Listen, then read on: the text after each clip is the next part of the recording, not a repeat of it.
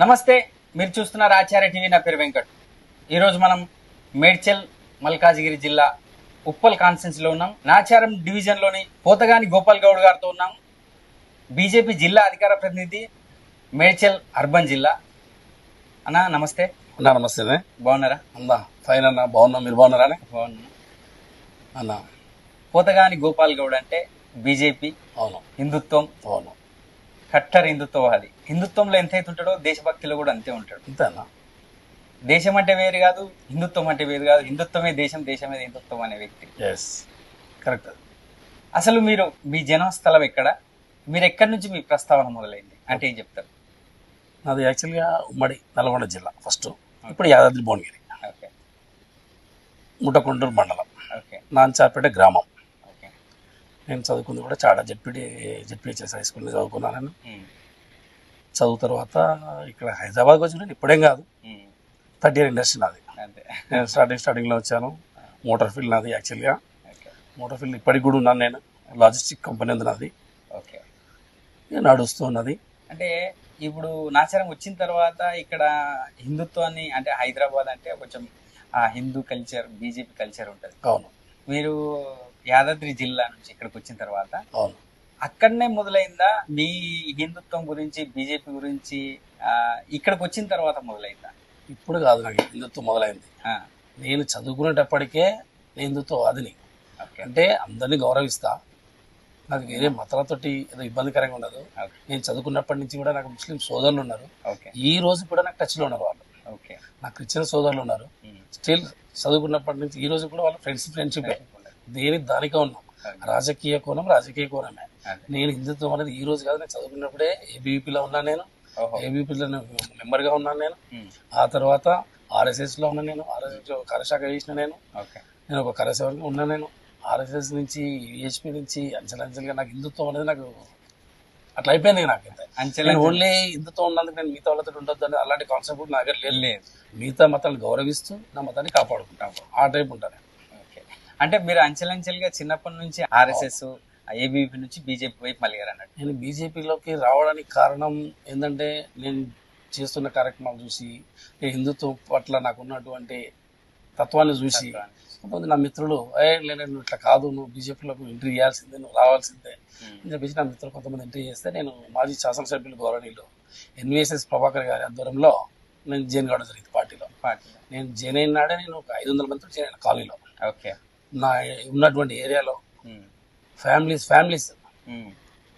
నేను చేస్తున్న business logistics లో ఉన్నటువంటి అసోసియేషన్ మెంబర్స్ తో సహా, అరే గోపాల్ గౌడ్ అంటాడు రాజకీయంగా ఎంట్రీ ఇస్తున్నాడు, మనం ఇంటర్ఫీల్డ్ లో ఉన్నాడు, ఒక అంచనా ఎదగాలి, మన దాంట్లో ఒక టాలెంట్ ఉన్న పర్సన్ లీడ్ అవ్వడు, నేను ముందు తీసుకుపోవాలని చెప్పేసి ఆ రోజు నాకు ఉన్నటువంటి దోస్తులు కావచ్చు, నాకు ఉన్నటువంటి కుటుంబ సభ్యులు కావచ్చు, నా ఇంటి పక్కలు ఇంటికి అందరూ కూడా 400 మందితో నేను ఎన్వీఎస్ ప్రభాకర్ గారు ఎమ్మెల్యేగా ఉన్నప్పుడే నేను వారి జైలు కావడం జరిగింది. కాలనీ సభ్యులు కావచ్చు, ఫ్రెండ్స్ కావచ్చు, వీళ్ళందరూ ప్రోత్సాహం. ఓకే. ఏ సంవత్సరం జాయిన్ అయ్యారు? నేను 2014లో జాయిన్. దగ్గర దగ్గర 12 సంవత్సరాలు కావచ్చు. 12 సంవత్సరాలు అంతకంటే ముందు ఉన్నా, అంటే చురుగ్గా నేను అంటే పార్టీలో ఎప్పటి నుంచో ఉన్నా. పార్టీ సభ్యత్వం ఎప్పటి నుంచో ఉంది. అంటే ఆల్మోస్ట్ బీజేపీలో ఉన్న, ఏబీపీలో ఉన్నారంటే బీజేపీలో ఉన్నట్టే. నాకు అద్వానీ గారంటే ప్రాణం, వాజ్పేయి గారంటే ఇంకో ప్రాణం. అసలు వాళ్ళ కోసం అసలు అద్వానీ గారి రథయాత్ర ఇవన్నీ కూడా నాకు అసలు రోమాలు పడతాయి. మనకి పాల్గొన్నారా మీరు? అంటే అప్పుడు చిన్నవాళ్ళము, అయినా కూడా మనం చూసినాం అన్నట్టు, అరే ఇది కదా కావాల్సిందే అనేసి బాగా నాకు అప్పటి నుంచే నాకు అసలు బీజేపీలో ఏదో ఒక రోజు మనం నిజంగా ఉండాలి అనేది. ఇంకోటి, సామాన్య కార్యకర్త కూడా రాజకీయం చేయాలంటే బీజేపీకి బీజేపీ తోటి సాధ్యమవుతుంది. మిగతా పార్టీలలో అట్లా ఉండదు. బీజేపీలో ఏమవుతుందంటే కార్యకర్తలు నమ్ముతుంది పార్టీ. భారతీయ జనతా పార్టీ అనేది కార్యకర్త మీద నమ్మకం. ఆర్ఎస్ఎస్ సిద్ధాంతం గల పార్టీ. విహెచ్పి ఉంటుంది, దీంట్లో ఒక్కటే సంఘం ఉండదు. విహెచ్పి కావచ్చు, బజరంగ దళ్ కావచ్చు, హిందూ వాహిని కావచ్చు, ఇట్లా సంస్థలు, కొన్ని అనుబంధ సంస్థలు చాలా ఉంటాయి దీంట్లో.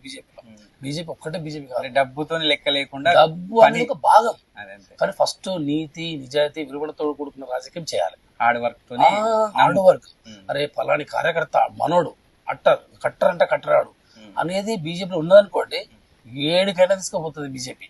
ఎందుకంటే ఈ రోజు చూడండి, మనకు దేశ ప్రధాని అయినటువంటి నరేంద్ర మోడీ గారు ఒక ఛాయ్ వాలా ప్రధానమంత్రి కాబట్టి మిగతా పార్టీలు అవుతుందా అండి? మాట్లాడుతుంది. కాంగ్రెస్ తీసుకుందాం ఎగ్జాంపుల్, ఇప్పుడున్న దాంట్లో బీఆర్ఎస్ కావచ్చు. వీళ్ళకి ఏముంటదంటే వెనకాల ఎకరాలు, కోట్లు ఇవి చేసి వస్తాయి. బీజేపీలో అది చూడాలని ఎప్పుడే కానీ నీతి నిబద్ధత గలవాటి కార్యకర్తనా కాదా, ఈ పార్టీ పట్ల ఎలాంటి తత్వం ఉంది వీడికి, ఇది దేశం పట్ల పార్టీ పట్ల ఇది చూస్తున్నాడు ఫస్ట్. అలాంటి పార్టీలో ఈరోజు నేను జిల్లా అధికార ప్రతినిధిగా నా పార్టీ నాయకులు గుర్తించి నన్ను ఫస్ట్ ప్రభాకర్ గారు ఎమ్మెల్యేగా ఉన్నప్పుడే డివిజన్ ప్రెసిడెంట్ గా ఏర్కోరి డివిజన్ ప్రెసిడెంట్ గా గోపాల్ ప్రకటించాడు. అరే నేను ఎక్కడిది 60,000 ఓటర్లు అప్పుడు ఉమ్మడి, ఇప్పుడంటే 2 డివిజన్లు అయినా మనకి 60,000 ఓటర్స్ కి ఒక భారతీయ జనతా పార్టీ కార్యకర్తగా ఒక డివిజన్ ప్రెసిడెంట్ అంటే నేషనల్ పార్టీ, ఇది నేను ఎంత గౌరవంగా నేను దానికి ఏమన్నా తీసుకొచ్చింది అనేది నేను చెప్పుకోవడం కాదు, మా శాసనసభ్యుల్లో వారికి తెలుసు. ఈనాటి వరకు నాచారం డివిజన్ లో గోపాల్ అనే వ్యక్తి భారతీయ జనతా పార్టీలో చేరినప్పటి నుండి ఎక్కడ గాని శాసనసభ్యుడు అధికారంలో ఉన్న ఎమ్మెల్యే ఉన్నా కూడా ఎక్కడ కూడా ఒక్క రూపాయి కాదు కదా నాతోటి అయినంత వరకు నాకు పెట్టడమే తెలుసు. ఎక్కడ కూడా కలెక్షన్ కి కరప్షన్ కి ఆమాడు దూరం ఉండే వ్యక్తి గోపాల్ గౌడ్. గోపాల్ గౌడ్ అంటే ఏదైతే ఆయన సంపాదించుకుండో రాజకీయాలకు రాకముందుకు ఈ కంపెనీ నడిపిస్తున్న సంపాదన ఉంది. రాజకీయాల్లోకి వచ్చినాక ఒక ఎమ్మెల్యే అండగా ఉన్నప్పుడు ఆటోమేటిక్ గా ఆస్తులు పెరిగిపోతాయి, మెయింటెనెన్స్ ఆటోమేటిక్ గా మారిపోతాయి, ఇంటి ముంగడికి కార్లు వచ్చేస్తాయి, సెక్యూరిటీ వచ్చేస్తుంది. ఇట్లాంటి కాకుండా ఒక టర్మ్ ఎమ్మెల్యేతో పాటు ఉన్నా కూడా ఏం ఇది కాలేదు. వేరే విషయాలలో కూడా ఒక ఏదైతే హిందుత్వం కోసం ఏదైతే కట్టరగా ఉంటారో జనం కోసం రాజకీయం కోసం కూడా గొడవలు పడ్డ చరిత్ర ఉంది. అసలు ఎందుకు మీరు అట్లా దూరుతారు గొడవలల్లా? నేను గొడవలు అనేది కాదు ఇక్కడ, ఏదో న్యాయం కావాలి. నేను ప్రజల పక్షాన్ని ఉంటా. ఒక పార్టీ కలర్ అనేది రుద్దుకున్నాం మనం, ఒక భారతీయ జనతా పార్టీలో నేను ఉన్నాను. అరే భారతీయ జనతా పార్టీ కార్యకర్త పలాని గోపాల్ గౌడ్ ఒక లీడర్ గా అరే కరెక్ట్ పర్సన్ ఈయన అనేది అనిపించుకోవాలని నా తపన. నా తపనంత అంతవరకే. నేను నా చిన్ననాటి నుంచి కూడా మా తల్లిదండ్రులు కూడా నేర్పిన కూడా ఒకటి కనుక మనం హాని చేయకపోతే బిడ్డ జీవితంలో మనకి ఏదో ఒక రోజు మంచి జరుగుతూనే ఉంటది. ఆ మంచి కోసం ఎదురు చూడొద్దు, మనం నువ్వు చేస్తూ పోతుండు ఏదో ఒక రోజు నేను గుర్తిస్తారు అనేది నాకు బాగా మా అమ్మ కూడా బతికినప్పుడు వాళ్ళు చెప్పిన విషయాలు. అంటే జనం కోసం మంచి కోసం ఎంతవరకైనా ఏడు దాకా నిజంగా చెప్తున్నాను నేను. ఇప్పటికీ ఉన్నదాని కాదు, రేపటి దినం కూడా రేపు రానున్న రోజుల్లో కూడా నన్ను నమ్మిన ప్రజల కోసం, నన్ను నమ్మిన ఓటర్ కోసం, రేపు పొద్దున ప్రతి విషయంలో నా కార్యకర్త కోసం 7 దాకా నిలడానికి గోపాల్ గౌడ్ సిద్ధంగా ఉంటాడు. అంటే ఇంత ధైర్యం మీకు ఎక్కడి నుంచి వచ్చింది? అసలు ధైర్యం అనేది మన ఒంట్లో ఉండాలండి. ధైర్యం ఎక్కడి నుంచి వస్తుంది? మనం నీతిగా ఉన్నప్పుడు ధైర్యం ఆటోమేటిక్గా వచ్చేస్తుంది. అంటే ఒక ఎమ్మెల్యే ఇప్పుడు రాష్ట్రంలో ఒక ప్రభుత్వం అధికారం లేదు, మీ కాన్స్టిట్యున్సీలో ఒక ఎమ్మెల్యే అధికారంలో లేడు, మీకు సంబంధించిన ఎమ్మెల్యే అయినా కూడా మీరు ఇంత రెబల్గా వెళ్ళడానికి కారణం ఏంటి అసలు? ఇప్పుడు రెబల్ అనేది ఒక మాట చెప్తాం, మీరు అన్నట్లు తప్పు లేదు. రెబల్ ఇప్పుడు మాకు పార్లమెంట్ సభ్యులు మా గౌరవనీయులు ఈటల రాజేంద్ర గారు ఉన్నారు. మా ఈటల రాజేంద్ర గారు కూడా వారు ఎక్కడి నుంచి వచ్చారు? వారు మన తెలంగాణ రాష్ట్ర సమితిలో వారు ఒక కీలక పాత్ర పోషిస్తూ తెలంగాణ ఏర్పాటులో వాళ్ళు కూడా కీలకంగా ఉన్నారు. అట్లాంటి వ్యక్తులను కూడా నేను చాలా మంది చూస్తున్నా కదా. మా ఎన్ఎస్ ప్రభాకర్ గారు ఉన్నారు, ఆయన బ్యాక్గ్రౌండ్ కూడా ఎవరు ఉన్నారండి? వాళ్ళ ఫాదరు వాళ్ళ మదరు ఎవరైనా రాజకీయాల్లో ఉన్నారా? ఆయన ఏం నమ్ముకుంటాడంటే తనని తాను నమ్ముతాడు. ఫస్ట్ ఆఫ్ ఆల్ మనం కనుక నీతి నిజాయితీగా మన దగ్గర సబ్జెక్ట్ ఉందనుకో మనం 7 కన్నెలు వచ్చి ఎవ్వరు మన ఆపలేడు అని చెప్పి ఇట్లాంటి మాటలు మా ఎన్ఎస్ ప్రభాకర్ బాగా మాట్లాడతారు. దాని తర్వాత నేను ఈటల రాజేంద్ర గారు కూడా చూశాను, ఉన్న కూడా చెల్లు వాళ్ళు మాట్లాడితే ఈటల రాజేంద్ర గారు మాట్లాడతారు. రాజకీయాల్లో కాంప్రమైజ్లు ఉండొద్దు, ఎవరు పిలిచి కూర్చోబెట్టారు, కూర్చునే స్థాయిని మనం కల్పించుకోవాలి. ప్రజల్లో కనుక నువ్వు ఉన్నట్లయితే నిన్ను ఎవ్వరు ఆపలేరు అనేది ఇట్లాంటి మా రాజేంద్ర గారు కావచ్చు, మా అధ్యక్షుల వారు రామచంద్రరావు గారు ఉన్నారు. ఎందుకంటే మా భారతీయ జనతా పార్టీలో బండి సంజయ్ గారి గురించి అంతకంటే ఇంతమంది తెలుసండి. మా బండి సంజయ్ గారు హిందుత్వాన్ని కడుపులో నింపుకున్నాడు. ఆయన కోస్తే కూడా హిందుత్వం వస్తుంది. అలాంటి వ్యక్తి మా బండి సంజయ్ గారు. ఇంతకంటే మా కిషన్ రెడ్డి గారు ఉన్నారు, మా లక్ష్మణ్ గారు ఉన్నారు. వీళ్ళందరూ ఏంది, వాళ్ళంతా దేశం కోసం పెద్ద పెద్ద నాయకులు ఉన్నారు. మా బంగారు లక్ష్మణ్ గారు, ఇప్పుడు వారి తర్వాత అంచెలంచెలుగా వస్తున్నారు వద్ద బాలరెడ్డి గారు. వీళ్ళందరూ ఎవరండి? సీనియర్స్ వాళ్ళు మామూలు టైగర్ నరేంద్ర అది ఏందండి వాళ్ళు అసలు రోమాలు నిలబడితే వాళ్ళు పెళ్లి ఇస్తే అలాంటి వ్యక్తులు అంటే మనం కూడా పనిచేస్తున్నాం ఈ రోజు కార్యకర్త. చాలా అభినందిస్తున్నాను, నిజంగా కూడా చెప్తున్నాను. రానున్న రోజుల్లో తెలంగాణలో కూడా ఏదో ఒక రోజు బీజేపీ రాకపోతుందా, ఏదో ఒక రోజు బీజేపీ రాకపోతుందా తెలంగాణ గురించి పక్కన పెడితే. అయితే ముఖ్యంగా ఉప్పల్ కాన్స్టిట్యున్సీకి వచ్చేసరికి ఉప్పల్ కాన్స్టిట్యున్సీలో అంటే అయితే ఇండస్ట్రియల్ ఏరియా ఉంటది. అవును, అది ఇండస్ట్రీకి సంబంధించి ఉంటది. అది వేరే మామూలు జనాలు వచ్చి ఉండడానికి ఉండదు. నాలాలు ఉంటాయి, అవునండి, గుర్రం డెక్ ఉంటుంది, అవును, ఈ వర్షాలు వస్తే పొంగి పొర్లు ఉంటాయి. అవును. దీంట్లో ఎన్ఎస్ ప్రభాకర్ గారు గవర్నమెంట్ భూములను కాపాడడానికి కంచె, అదైతే బిఆర్ఎస్ గవర్నమెంట్ ఉళ్ళ అవును, కంచె వేయించి ఇది చేసిందని. అవును. ఇప్పుడు ఆ భూములు కబ్జాకు గురైతున్నాయి అని చెప్పేసి కొంతమంది అంటారు. దాని గురించి మీరు ఏమంటారు? నేను ఒకటే మాట చెప్పదలుచుకున్నా. ఎన్విఎస్ఎస్ ప్రభాకర్ అనే వ్యక్తికి మాజీ ఎమ్మెల్యే గారికి కలెక్షన్ తెలియదు, కరప్షన్ తెలియదు. ఆయన ఆధ్వర్యంలో మేము నేర్చుకునే వాళ్ళం. మాకు కూడా అలాంటిది ఎక్కడ కూడా తెలియదు. మమ్మల్ని ఇట్లా ఏలు పెట్టి చూపించే మిగతా పార్టీ నాయకులకు, మిగతా పార్టీ ఎవరికి కూడా మేము అవకాశం ఇవ్వలేదు, ఇవ్వబోము, రేపడుతున్నాం కూడా. మాతో అయినంత వరకు చేస్తే నికాసుగానే ఉండాలనేది మా కాన్సెప్ట్. మా గురువు గారు కూడా అదే నేర్పించారు మాకు. అలాంటి రోజు ఎందుకంటే వారి హయాంలో మీకు కూడా తెలుసు, ఇండస్ట్రియల్ కావచ్చు, బఫర్ జోన్లలో కావచ్చు, నియర్ బై మన నార్లపంటి కావచ్చు, ఎక్కడ కూడా కబ్జా అవుతుందని చెప్తే ఆయన నిమిషాల మీద వాలిపోయేది. అలాంటి వ్యక్తి ప్రభాకర్ గారు. ఆ రోజు వారు కాపాడినది తెలంగాణ ప్రభుత్వం వచ్చిన తర్వాత అవి ఎక్కడ కూడా ఉపరితలేవు, ఇప్పుడు కనుమరుగైపోయినాయి. ఏమైపోయింది? తెలంగాణలో వచ్చిన తర్వాత దోసుకోవడం, దాచుకోవడం, ఇదే తప్ప ప్రజల పక్షాన్ని నిలబడే నాయకులు లేడు. స్వార్థం కోసం ఏ పాటనే మారుతాం మేము, మా సొంత స్వలాభాల కోసం ఈ కండువన్నా కప్పుకుంటాం మేము. అలాంటి వ్యక్తులు రాజకీయం చాలా మంది అవుతుంది ఇప్పుడు. ఈరోజు కాపాడుట్లో ప్రభాకర్ గారు మిగిలారు. టీఆర్ఎస్ ప్రభుత్వం వచ్చినాక కబ్జాలకు మొత్తం మాయమైపోయినాయి. ప్రస్తుత కార్పొరేటర్ ఉన్నారు, బీఆర్ఎస్ పార్టీ ఎమ్మెల్యే ఉన్నారు. అయితే ఈ మొన్న రీసెంట్గా ఒక 30 కోట్ల రూపాయలు మేము తెచ్చామని జబ్బులు జరుచుకునే ప్రచారాలు అనుకో, మీడియా ముఖంగా మాకు కూడా అన్నిట్లలో ప్రెస్ మీట్లు పెట్టడం, చెప్పడం, పేపర్లలో రాయించుకోవడం ఉంది. ఈ వచ్చిన డబ్బు అభివృద్ధి జరుగుతుందా, ఏమైనా ముందుకు పోతుందా అంటే మీరు ఏం చెప్తారు? చాలా చక్కటి ప్రశ్న అడిగింది మీరు. ప్రజల పక్షాన అడగాల్సిన ప్రశ్న ఇదే. మేము రోజు వాకింగ్ వెళ్తామండి. 30 కోట్ల రూపాయల నిధులు వచ్చేసినాయి. ఇగో సోమవారం నాడు వర్క్ స్టార్ట్ అవుతుంది, ఇగో మంగళవారం నాడు వర్క్ స్టార్ట్ అవుతుంది, ఇగో బుధవారం నాడు వర్క్ స్టార్ట్ అవుతుంది. పాలాభిషేకాలు అని చెప్పేసి అధికారం తీపినటువంటి కార్పొరేటర్ పాలాభిషేకాలు. అధికారంలో ఉన్నటువంటి కాంగ్రెస్ పార్టీ వీళ్ళు పోయి పాలాభిషేకం చేసినట్టు చెప్తే దాన్ని ప్రక్షాళన చేస్తానికి వీళ్ళు పోతారు. మా నాయకుడు చేసిండు, మా అధికార పార్టీ చేసింది, మా రేవంత్ రెడ్డి గారి ఆధ్వర్యంలో జరిగిందని చెప్పేసి మీరు చూద్దాం పదండి. ఇంత దగ్గర ఉన్నా మేము. ఈ రోజుకు గుర్రపు డెక్క తొలగించే పాపానవ్వలేదు. స్టిల్ ఈ పూటకు కూడా ఇవాటి వరకు పాలాభిషేకాలు పేపర్లకు, ఫేస్బుక్లకే హంగామా చేసుకుని ఆర్భాటాలు చేసుకుని తప్ప ఈ ఆడు వరకు ఆ వర్క్ స్టార్ట్ అయింది లేదు. ఆ 30 కోట్ల నిధులు ఎక్కడి నుంచి వచ్చినా లేదు, ఇక్కడ చూపించలేదు, ఎక్కడ లేదు. కాలయాపన రెండు పార్టీలే. కాంగ్రెస్ పార్టీ, టిఆర్ఎస్ పార్టీ 10 సంవత్సరాల పాలనలో ఏదో అరాచకం చూసినామని మనం అనుకున్నాం. ఈయన ఏదో చేస్తాడని చెప్పేసి కాంగ్రెస్ ప్రభుత్వానికి పట్టం కట్టిర్రు. మాయ మాటలు, అబద్ధాలు చెప్పడంలో రేవంత్ రెడ్డి గారిని ఇచ్చిన వాళ్ళు తెలంగాణ రాష్ట్రంలో ఎవరు కూడా లేరు. బై మిస్టేక్, బై ఛాన్స్ వచ్చినటువంటి వ్యక్తి కాంగ్రెస్ ప్రభుత్వం.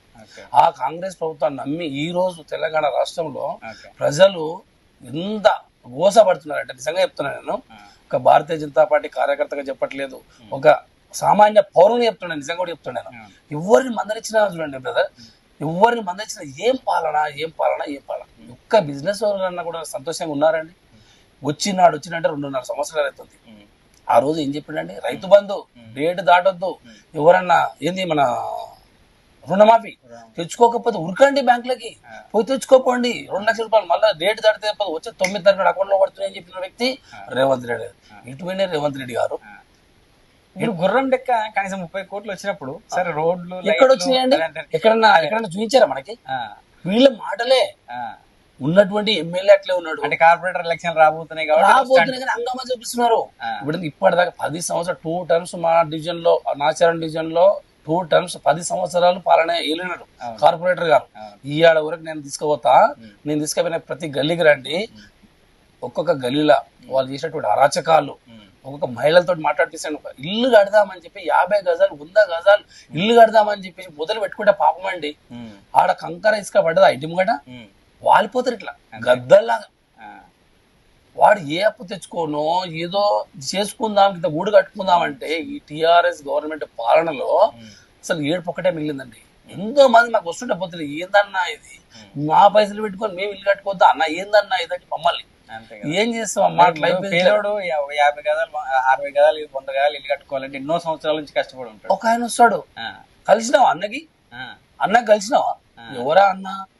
ఎవరా అన్న కాలు మొక్కినాడు లేదా? కడుపులో తలకాయలు పెట్టినా లేదా ఇవ్వాలా? అంతే. ఏంది ఇది? రైట్. ప్రజల కోసం ఎన్నుకోబడినటువంటి ప్రజాప్రతినిధి ఎలా ఉండాలంటే నిన్ను ఏరి కోరి ఎందుకు తెచ్చుకుంటాను? 60,000 ఓటర్లకు ఇవాళ ప్రజాప్రతినిధి ఏరుతున్నావు అంటే ఒక గుండెకాయ, ఒక పెద్ద మనిషిది, పెద్దన్న హోదా పోషించాలి మనం. అది లేకుండా గెలిచిన నాటి నిలబెడితే నీవు నీ అనుచరులు ఏం చేయదలుచుకోరు? నాచారం డివిజన్ ని దోసుకున్నారు. ఆ రోజు నీ ఆస్తులు ఎంత, ఈ రోజు నీ ఆస్తులు ఎంత? కూర్చుందాం చర్చకు. ఓకే. అంటే తినడానికి కూడా అద్దు ఉంటదండి. అంటే చివరస్థల చర్చ అని చెప్పేసి మా ఆచార్య టీవీ తరఫున కూడా మేము పెడుతున్నాము. ఓకే. అంటే ఎప్పుడైతే ఎలక్షన్ నోటిఫికేషన్ వస్తుందో ఓకే. ముందు నుంచి మేము పెడతాం. తప్పకుండా మిమ్మల్ని ఇన్వైట్ చేస్తాం. తప్పకుండా మమ్మల్ని పిలవాలని మేము కోరుకుంటున్నాం. రండి తప్పకుండా. అయితే దాంట్లో భాగంగా ఇప్పుడు ముఖాముఖి అని చెప్పేసి 300 డివిజన్ల ప్రతి ప్రజాప్రతినిధిని మేము కలుస్తున్నాం. ఓకే. మాకు ఒక నోటీస్ లో ఉన్న వాళ్ళని. సంతోషం. అంటే అఫ్ కోర్స్ మీ డేట్ కోసం కూడా మేము వెయిట్ చేసినాము. అయితే ఈ ఎలక్షన్ జిహెచ్ఎంసీ అనేది, అంటే జిహెచ్ఎంసీ, మల్కాజ్గిరి, ఈ మూడు మొత్తం హైదరాబాద్ మున్సిపాలిటీలు అనేది చాలా మెయిన్. అది ఒక సెమీఫైనల్ లాగా, ఫైనల్ కి సెమీఫైనల్ లాగా. ఈ సెమీఫైనల్లో మిమ్మల్ని మీ పార్టీ ఆశీర్వదించి మీకు కనుక టికెట్ ఇస్తే మీరు పోటీ చేస్తున్నారా? ఇక్కడ పార్టీ తప్పకుండా చేస్తాం. ఆ పార్టీ మీద నమ్మకం ఉంది నాకు. ఎప్పుడే కానీ కార్యకర్తని చూసుకునేదే ఓకే పార్టీ. కార్యకర్త ఏం చేస్తున్నాడు, ఆయన నడవడిక ఎలాంటిది, పార్టీని ఇక్కడ దాకా తీసుకుపోతున్నాడు, పార్టీలో ఎంతమంది కార్యకర్త గ్రౌండ్ లెవెల్లో అంతా రిపోర్ట్ చూస్తారు. రాజేందర్ గారు కానీ, ఇన్ఛార్జి గారు కానీ, రాజేంద్ర గారు కానీ, రాష్ట్ర అధ్యక్షుల వర్యులు వీళ్ళందరూ నజర్లో ఉన్నారు. అందరు తప్పకుండా ఉంటాం. నేను కాదు, పనిచేసే కార్యకర్త వాళ్ళ నజర్లో ఉంటారు. గోపాల్ ఒక్కడే కాదు, భారతీయ జనతా పార్టీలో పని చేయాలి, పని చేసిన కార్యకర్తలు మన పైన చూస్తాం. ఒకవేళ మీకు టికెట్ ఇస్తే మీరు మీ భారతీయ జనతా పార్టీకి నాచారం డివిజన్ ని గిఫ్ట్ గా ఇస్తానంటారా? తప్పకుండా తప్పకుండా ఇస్తాను. అది నా పార్టీ నాయకులకు కూడా తెలుసా విషయం. గ్రౌండ్ లెవెల్లో నేను ఏంది ఏం కదా అన్నది 100% తెలుసు. ప్రజా తీర్పు ఎలా ఉండబోతుంటారు? ప్రజల తీర్పు ఇన్ని రోజులు చూస్తున్నారు, ఏం కోరుకుంటున్నారు అనేది నేను గ్రౌండ్ లో తిరుగుతున్నా. నాకు కూడా తెలుసు వాళ్ళు ఏం కోరుకుంటున్నారు, ఏంది వాళ్ళకి ఏం కావాలనేది. ప్రజల ప్రజలతోటి మమైకమై తిరిగేటోటి తెలుస్తుందండి. ఏదో ఇలా గెలిచినామా అయిపోయిందా, ఇవాళ ఇటు నుంచి అటు రోడ్డు మారుతాం, అటు నుంచి ఇటు రోడ్డు మారుతాం అనుకుంటే అట్లా కాదు కదా. మేము గెలిచినా అయినా ఉంటాం, ఓడినా అయినా ఉంటాం, ప్రజాక్షేత్రంలో ఉంటాం. ఇప్పటి వరకు మేము అధికారం లేము, పోటీ చేస్తున్నాం. మొన్న కూడా మాకు బీజేపీ దరిదాపులకు వచ్చి ఓడిపోయినాం. మేము ఓడిపోతాం ఎక్స్పెక్ట్ చేయలేదు. ఓడిపోయినంత మాత్రం మేము ముచ్చుకొని కూర్చోలేదే. ప్రజాక్షేత్రంలో 360 ఉంటూనే ఉన్నాం మేము. సహజం. బీజేపీ పార్టీ ఒక సీట్ నుంచే స్టార్ట్ అయింది. ఇలా దేశాన్ని వెళ్తుంది, 23 రాష్ట్రాలు వెళ్తున్నాం అంటే దాని అర్థమైంది. ఇలా నరేంద్ర మోడీ గారు ఒక్కొక్క రాష్ట్రంలో హ్యాట్రిక్ కొట్టుకుంటారు. దానికి కారణం ఏంది? బీజేపీ కార్యకర్త అంటే కట్టరు. అంటే బీజేపీ అంటే తెలంగాణలో ఏదో రాష్ట్రంలో అధికారంలోకి వస్తే ఇక్కడ సంబరాలు చేసుకోండి తప్ప ఇక్కడ సంబరాలు చేసుకునే సిచ్యువేషన్లకు వెళ్తలేదు. ఎందుకు అని అంటే ఏం చెప్తారు? మంచి మాట. ఎక్కడ గెలిచినా కూడా ఇక్కడ సంబరాలు చేస్తాం. రేపు ఇక్కడ గెలిస్తే కూడా అక్కడ సంబరాలు చేసే రోజులు వస్తాయి. అది మీరు చూస్తూ అది కూడా ఎన్ని రోజులు లేదు. ఇంకా 2029లో మీరు ఏదేమన్నా కూడా మీ ఆచార్య టీవీ ద్వారా మీరు రాసి పెట్టుకోండి. ఒక సామాన్య కార్యకర్త లాగా, నేను ఒక భారతీయ జనతా పార్టీ కార్యకర్త లాగా నాకు ఉన్నటువంటి నమ్మకం ద్వారా నేను చెప్తున్నా, నరేంద్ర మోడీ ప్రభుత్వం మీద ఇవాళ దేశంలో చూస్తున్నట్టయితే 23 రాష్ట్రాలే కాకుండా మిగిలిన రాష్ట్రాలు కూడా కైవసం చేసుకోబోతుంది. 2029 నాటికి అసలు మీరు నమ్మండి నమ్మకపోండి, ఒక హిందుత్వ దేశంగా భారతీయ జనతా పార్టీ దేశం మొత్తం కాషాయమయం అయిపోతుంది, రామరాజ్యం అయిపోతుంది. మోడీ అంటే భారతదేశం అంటే మోడీ. ఇలాంటిది మన 2029లో మీరు చూడబోతున్నారు తప్పకుండా. తెలంగాణలో దాంట్లో తెలంగాణ నెంబర్ 1 ఉంటుంది ఫస్ట్. ఇప్పటికి అయిపోయిన పశ్చిమ బెంగాల్ చూసారు మీరు. ఓడిపోయినాడు నరేంద్ర మోడీ గారు, దాన్ని లైట్స్ వదిలిపెట్టలేదే. గెలిపోవడం అనేది సహజం. చూసారు, చూడండి ఆడ ఇట్లా గెలుస్తున్నారు అనేది దాన్ని అసలు ఏందనేది చూసినారు. ఈడ ఓడిపోవడానికి మమతా బెనర్జీ గారు ఓడిపోవడానికి కారణం ఏంటంటే ఆమె చేస్తున్నట్టు అరాచకాలు ఏంటండి. మహిళల పట్ల ఇప్పుడు మొన్న 33% బిల్లు తీసుకొచ్చేస్తే కాంగ్రెస్ పార్టీ, బీఆర్ఎస్ పార్టీ రేపు పొద్దున్న ఈ మొహం పెట్టుకుని ప్రజల్లోకి వెళ్తారండి. మహిళలు రాజకీయాలు చేయొద్దా? తెలంగాణ రాష్ట్రం సాధించాలనుకున్నాం, సాధించిన తర్వాత ఎంతమందిని మంత్రులు చేశారు మీరు? ఇవన్నీ ప్రజలు చూస్తలేరు అనుకుంటున్నారా మీరు? కాంగ్రెస్ ప్రభుత్వం అనేది ఇలా ఎంతమంది మహిళలు మీకు మంత్రి పదవులు ఇస్తున్నారు మీరు? మీ దాంట్లో ఒక్కరికో ఎగరి అయిపోయిందా?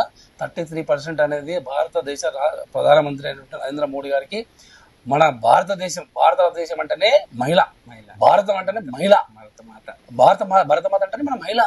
అట్లాంటి వ్యక్తి దేశాన్ని పాలిస్తున్నాడు. ఆ వ్యక్తి కోరిక ఏంది?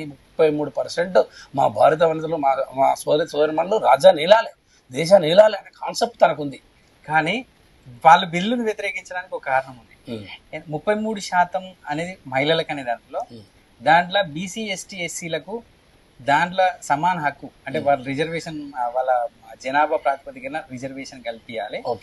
దాంట్లో క్లారిటీ లేదనే విషయం మీద మేము వ్యతిరేకించినాం అని అంటారు. మళ్ళీ అగ్రవర్ణాలకు సంబంధించిన మహిళలే ఎమ్మెల్యేలు అవుతారు. ఇప్పుడు అగ్రవర్ణాల పురుషులు ఎమ్మెల్యేలు ఎంపీలుగా బాగా ఉన్నారు. అయితే మహిళలు కూడా అట్లే అవుతుంది. దీని ఒక క్లారిటీ ఇవ్వాలని మేము వ్యతిరేకించినాం అని కూడా కులగణన ఉంటుంది. అట్లా అనుకుంటారు చెప్పండి, మీ ఆలోచన వేరే. అది వాళ్ళకి చెప్పడానికి సాకులు చెప్పడానికి 4 చెప్పుకుంటారండి. ఫస్ట్ ఆఫ్ ఆల్ మహిళల్ని రాజకీయంలో రంగంలో రానియడానికి వాళ్ళకి ఇష్టం లేదు. ఏంట్లో చూడండి, ఇప్పుడు ఉన్న దాంట్లో కూడా చూస్తే అర్థమవుతుంది. ప్రత్యేకంగా మన తెలంగాణ రాష్ట్రంలో కాంగ్రెస్ ప్రభుత్వానికి బీఆర్ఎస్ ప్రభుత్వానికి చిత్తశుద్ధి లేదు. మహిళల్ని రాజకీయం చేయనియరు. ఒక ఆయన వచ్చేసి టీఆర్ఎస్ గవర్నమెంట్ వచ్చిన తర్వాత ఏం చెప్పాడు, అదే గొర్రెలు కాసుకోవాలి, అదే బర్రెలు కాసుకోవాలి, కుమ్మరోడు పని చేయాలి, కమ్మరోడు పని చేయాలి, అది కూడా పని చేయాలి, గౌనరోడు పని చేయాలి, ఇవే చెప్తారు వీళ్ళు. వీళ్ళ కొడుకులు, వీళ్ళ మనవళ్ళు, వీళ్ళ మనవరాళ్ళు మాత్రం దేశాలు విదేశాలు అంతర్జాతీయ దాటిపోతూనే ఉండాలి. ఇప్పుడు ఈయన వచ్చిన ఆయన ఏం చెప్తాడు, ఇప్పుడు 10 ఏళ్ళు పాలించాడు గదే చెప్తాడు. ఇప్పుడు వచ్చిన 2 సంవత్సరాలు వెళ్తున్నాయని కూడా ఈయన కూడా గదే చెప్తాడు. వీళ్ళకి మహిళలు రాని ఎక్కడుందండి? వీళ్ళకి ఆ చిత్తశుద్ధి అనేది లేదు. అది వస్తే ఇస్తే కూడా ఇవాళ ఆపిరి బిల్లుని ఏది ఆపలేదు వీళ్ళు? 370 ఆర్టికల్ ఆపలేదా? అసలు వీళ్ళు ఏ బిల్లు ఆపలేదండి? వీళ్ళు ప్రతి బిల్లులో వీళ్ళు అడ్డకాలు ఇస్తున్నారు. అట్లా అని చెప్పేసి ఏ బిల్లు అని ఆగిపోయింది ఇప్పటివరకు? నరేంద్ర మోడీ గారు తీసుకున్న బిల్లు ఏ బిల్లు ఆగలేదు, ఆగబోదు. రేపు 33% కూడా రానున్న రోజుల్లో దేశాన్ని ఏకతాటికి తీసుకొచ్చి 33% సాధించేంత వరకు నరేంద్ర మోడీ గారు ఊరుకోరు అని చెప్పేసి దేశ ప్రజలకు నమ్మకం ఉంది. ఇవాళ చూడండి, పశ్చిమ బెంగాల్లో వారు 1 సైడ్ చూపించారంటే ఒక మహిళను దించేసి ఇవాళ ఎందుకు దింపిరండి? ఆమె మహిళలకు వ్యతిరేకం అని చెప్పి దింపారు. ఇలాంటి మహిళ మాకు అవసరమా అని చెప్పేసి. తెలంగాణలో ఉన్నటువంటి మాజీ ముఖ్యమంత్రి కూతురు ఒక ఆమె మాట్లాడుతుంది, ఒక మహిళలు నిలబడేది. ఈమె ఒక మహిళ కాదు, ఆమె ఒక మహిళ కాదు. ఏ రకంగా మహిళ కాదు? లిక్కర్ రాని ఈమె, ఆమె స్కాములు ఈమె అన్ని చూస్తూనే ఉన్నాము. ఒక స్కాములకు ఇంకొక స్కాములు ఉన్నటువంటి మహిళల పట్ల మాట్లాడతారు వీళ్ళు. బతుకమ్మ ఆడితే ఒక్కతే బతుకమ్మ. అప్పటిదాకా మన తెలంగాణ బతుకమ్మ ఆడలేదండి ఎవరం కూడా. టీఆర్ఎస్ గవర్నమెంట్ వస్తేనే, కవితకు వస్తేనే బతుకమ్మ ఆడినాం మనం. ఇవన్నీ ప్రజలు చూస్తున్నారు. ఈ మధ్యకాలం 10 ఏళ్ళు కావచ్చు, ఇప్పుడు వచ్చిన 2 రోజులు ఈ పార్టీలతోటి కాదు. రానున్న రోజుల్లో తెలంగాణ రాష్ట్రంలో కూడా అందరూ కళ్ళు తెరిచారు. ఈసారి తెలంగాణ రాష్ట్రంలో చాలా విఘ్నులండి ఓటర్స్. ఈసారి మీరు చూడండి, మార్పు మామూలు ఉండదు. తెలంగాణ కష్టం అనుకోరు కదా. మోడీ తెలంగాణలో కూడా ఒక సర్కార్ రావాలని, ఒకసారి డబుల్ ఇంజిన్ సర్కార్ రావాలని ప్రజలు కోరుకుంటారు. ఈ నాయకులు కొంతమంది ఉండొచ్చు, బీఆర్ఎస్ నాయకులు, కాంగ్రెస్ నాయకులు, మాటలన్నీ వేరే ఉంటాయి. బై మిస్టేక్ లో వచ్చినటువంటి పార్టీ కాంగ్రెస్ పార్టీ. దాన్ని గద్దె దింపడానికి ఉన్న 2.5 సంవత్సరాలు కూడా పూర్తి ఉంటుందో ఉండదో. ఆయన ఇంతసేపు రేవంత్ రెడ్డి గారు ఆయన సీట్ ఆయన కాపాడుకోవడానికి ఇవన్నీ చూస్తూనే ఉన్నాం. మనం ఆయన ముడుపులు చెప్తానికి తెలంగాణ రాష్ట్రంలో ఉద్ధరించేది ముఖ్యమంత్రి లాగా అనిపిస్తుంది. అసలు ఎవరికి అనిపిస్తుంది? నాకు కాదు, ఏ ఊర్లో పోతే కూడా ఒకరు అంటలేరు. అసలు మన రాష్ట్రానికి ముఖ్యమంత్రి ఉన్నా అంటున్నారు. వాళ్ళ దాంట్లో ఇప్పుడు 60 మంది ఎమ్మెల్యేలు ముఖ్యమంత్రులే అంతే. ఎవరి వారే ఏమన్నా తీరే ఆయనే తోపా అంటారు. అట్లా కాదు. దేశమంతా వెళ్తున్నటువంటి పార్టీ రావాలి. దేశంలో రాష్ట్రంలో ఉన్నట్టు ఒకటే పార్టీ ఉన్నట్టు అయితేనే అభివృద్ధి కూడా నోసుకుంటుంది.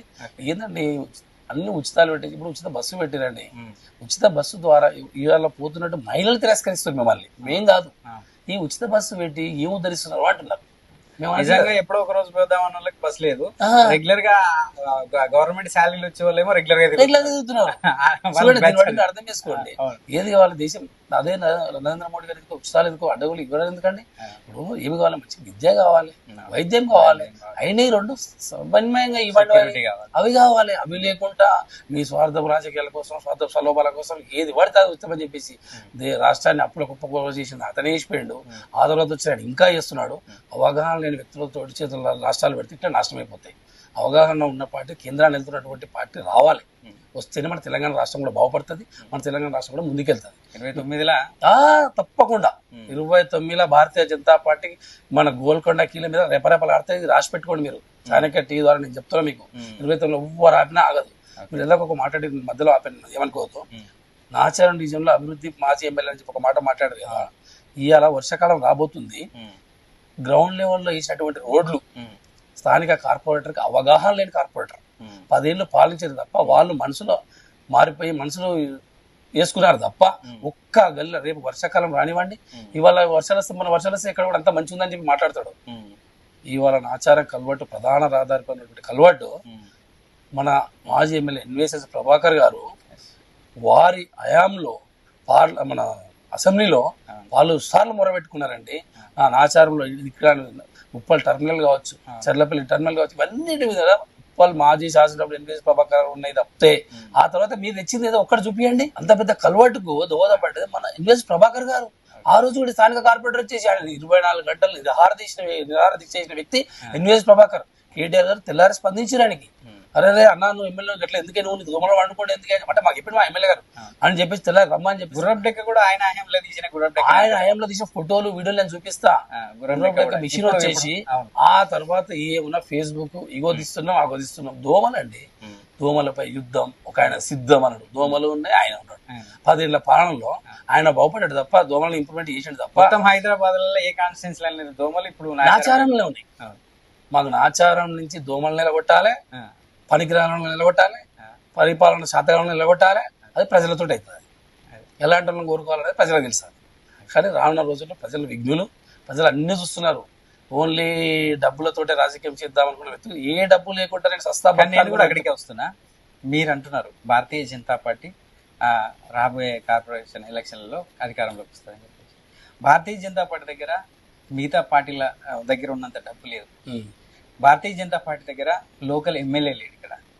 ఆఫ్ కోర్స్ ఎంపీ ఉన్నప్పటికీ ఆయన పెద్ద విస్తీర్ణం పెద్దది కాబట్టి తక్కువ.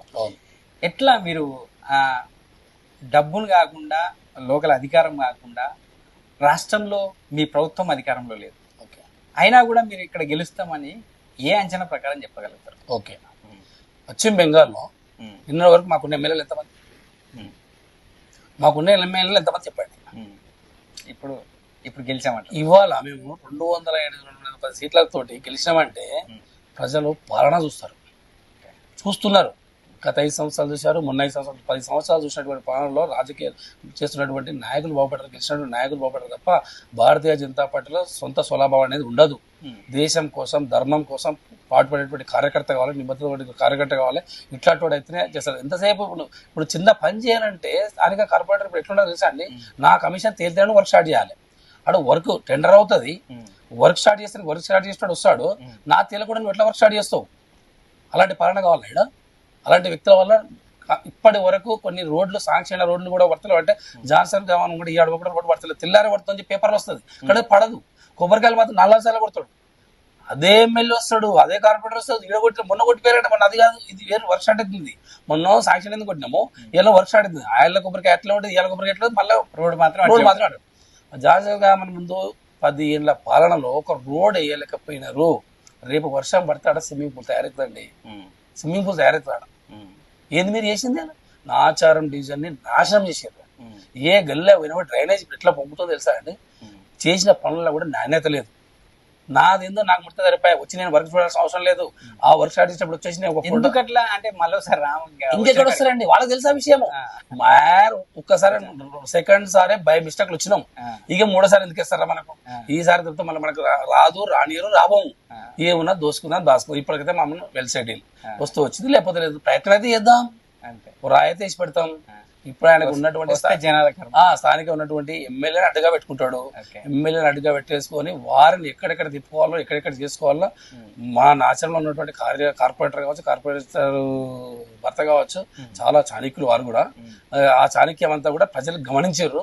నువ్వు దిగినాడింది రాజకీయంలో దిగేటప్పుడు నువ్వు ఏ ఉద్దేశంతో వచ్చినావు, దిగినాక ఈ రోజు నీ పరిస్థితి. ఎందుకంటే అందుబాటులో ఉంటా 24 గంటలు అని చెప్పేసి ఆ రోజు చెప్తారు ప్రజలు దిగేటప్పుడు. ఆ తర్వాత ఫోన్ చేసి ఫోన్ నెంబర్ మారుస్తారు. నువ్వు పుణ్యానికి వేసినావు నాకు ఒకటి మాట్లాడతారు. అలాంటి వ్యక్తులు నువ్వు నాకు పుణ్యానికి వేసినా ఒకటి పడే ఏం పనిపడలేదా, నాకు దోమలు ఇంట్లో కలుస్తున్నాయి, నా ఇంట్లో కూడా నేను దోమలు ఎవరు చెప్పుకోవాలి. ఇవన్నీ ప్రజల దగ్గర ఉన్నాయి, రేపు చెప్తారు. నువ్వు ఏ గెల్లకి వెళ్తే మళ్ళీ ఓటు అడుగుతానికి మళ్ళీ తిరుగుతావో ఆ ప్రజలే నీ బుద్ధి చెప్పే రోజులు దగ్గరలో ఉన్నాయి. 100%. కాంగ్రెస్ ఏంటంటే 2.5 సంవత్సరాల్లో కాలయాపన చేసి షోపటం తప్పితే ఏది అసలు కాంగ్రెస్ చేస్తున్న పార్టీ ఒక్కటి చెప్పండి. మీరు సీసీ రోడ్లు వేస్తున్నావు అని చెప్పేస్తారు. సీసీ రోడ్ నువ్వు కట్టేది, ప్రతి ఒక్కరు పన్ను కడుతుండ్రు, అందరూ బిల్లు కడుతున్నారు, అన్ని కడుతున్నారు. చేయాల్సిన బాధ్యత అది. నీ కాంగ్రెస్ ప్రభుత్వం ఉంటుంది, ఏ ప్రభుత్వం ఉంటుంది, ఏదైనా చేయాల్సిందే కదా. చేసే రోడ్లలో కూడా ఇప్పుడు ఉన్నటువంటి దాంట్లో ఇక్కడ కూడా నాణ్యత లేదండి. నా కమిషన్ నా మొత్తం నువ్వు ఎట్లా వేసుకో, నాకు సంబంధం లేదు, ఆ టైప్ లో నడుస్తుంది. అందుకే ఇప్పుడు కాంగ్రెస్ పార్టీ ఇన్ఛార్జ్ మీ నియోజకవర్గం మొత్తం డివిజన్ లో అంటే ఎమ్మెల్యే పక్కన పెట్టి ఎమ్మెల్యే కంటే ఎక్కువ నిధులు తీస్తున్నా ఇక మాకు ఇప్పుడు ఉప్పల్ నియోజకవర్గానికి ఎమ్మెల్యే ఎవరు కొంచెం డౌట్ గానే ఉంది. మాకు ఉప్పల్ నియోజకవర్గం లేనట్లే మాట. కొంతమంది మనకు సామాన్య కార్యకర్తలు కూడా సామాన్యులు కూడా అడుగుతుంటారు, మనకి ఇప్పుడు ఉప్పల్ నియోజకవర్గానికి ఎమ్మెల్యే అడుగుతారు. కాంగ్రెస్ అయినా కాంగ్రెస్ అయినా బీఆర్ఎస్ డైలమాలో ఉన్నారు ఈ విషయం. మీరు అడిగిన మాట కూడా కరెక్ట్. అంటే నిధులు తెస్తుంది అంటే మీకు తెలిసి నిధులు తెస్తుంది ఎమ్మెల్యేనా లేకపోతే కాంగ్రెస్ పార్టీ ఇన్ఛార్జ్ అనేది? ఇక అది కొంచెం డైలమాలో ఉన్నారు అందరు. అంతేనా? ఈ ఎమ్మెల్యే ఆయన తెచ్చిన అదే పేపర్ ఈయన తెచ్చిన అంటాడు, ఇదే పేపర్ ఈయన ప్రశ్నించుకుంటాడు. మరి ఆయన తెస్తుండా ఈయన తెస్తుండా, ఎమ్మెల్యే ఉన్నట్ట లేనట్ట. ఏంటంటే ఇప్పుడు వీళ్ళిద్దరి సమక్షంలో ఏం జరిగేటైతే జరుగుతున్నాయి. ఇద్దరు కలిసి మాత్రం వసూళ్ళలో మాత్రం నేను చెప్తున్నా కదా, కాంగ్రెస్ బీఆర్ఎస్ దొందే. మీరు ఏమనుకున్నా సరే వీళ్ళు వాళ్ళు ఇక్కడ కూడా తేడా కాదు, రెండే వాళ్ళు. ఏ రకంగా ఉన్నా కూడా వీళ్ళని చాలా బెటర్, వాళ్ళ మీద నిలబెట్టదు. ఆ రెండింటికి చర్మగీత పాడాలంటే భారతీయ జనతా పార్టీ రావాల్సిందే. రానున్న రోజుల్లో ప్రజలు తీర్పు మాత్రం ఆ రకంగా ఇస్తారు. 29లో రాష్ట్రంలో వస్తుంది. రేపు రాబోయే జిహెచ్ఎంసీలో మీరు చూస్తారు, మేయర్ కైవసం చేసుకుంటుంది బీజేపీ. మీరు అనుకుంటున్నారు బీఆర్ఎస్ ఏదో అనుకుంటుంది, కాంగ్రెస్ ఏదో అనుకుంటారు. ప్రజలు విఘ్నులు, ప్రజలు ఆల్రెడీ డిసైడ్ అయి ఉన్నారు. ఈసారి బుద్ధి చెప్పాలరా అని చెప్పేసి ప్రజలు అంటారు. నేను చెప్పట్లే ఈ మాటలు. పోతగాని గోపాల్ గౌడ్ గారు తప్పకుండా మా ఆచార్య టీవీ పెట్టే చౌరస్తాలో చర్చలో కూడా మిమ్మల్ని పిలుస్తాం. మీరు పాల్గొనండి. మీ ఫైర్ చూస్తే జనాలకు ఏదో చేయాలని తప్పన అదే తప్పకుండా 100% అదే. ఓకే, వచ్చే ఈ కార్పొరేషన్ లో టికెట్ వచ్చి మిమ్మల్ని ఈ నాచారం డివిజన్ ప్రజలు కూడా ఆశీర్వదించాలని కోరుకుంటున్నాను. నమస్కారం. తప్పకుండా మీ ఆచార్య టీవీ కూడా అంచలంచలు ఎదుగుతూ ఉండాలి. మీరు కూడా మాలాంటి లీడర్లను గుర్తిస్తూ ఉండాలి. 100% ప్రజల పక్షాన ఉండేది ఆచార్య టీవీ, ప్రజల పక్షాన ఉండేది మేము కూడా ఉంటాం. ధన్యవాదాలు మీకు.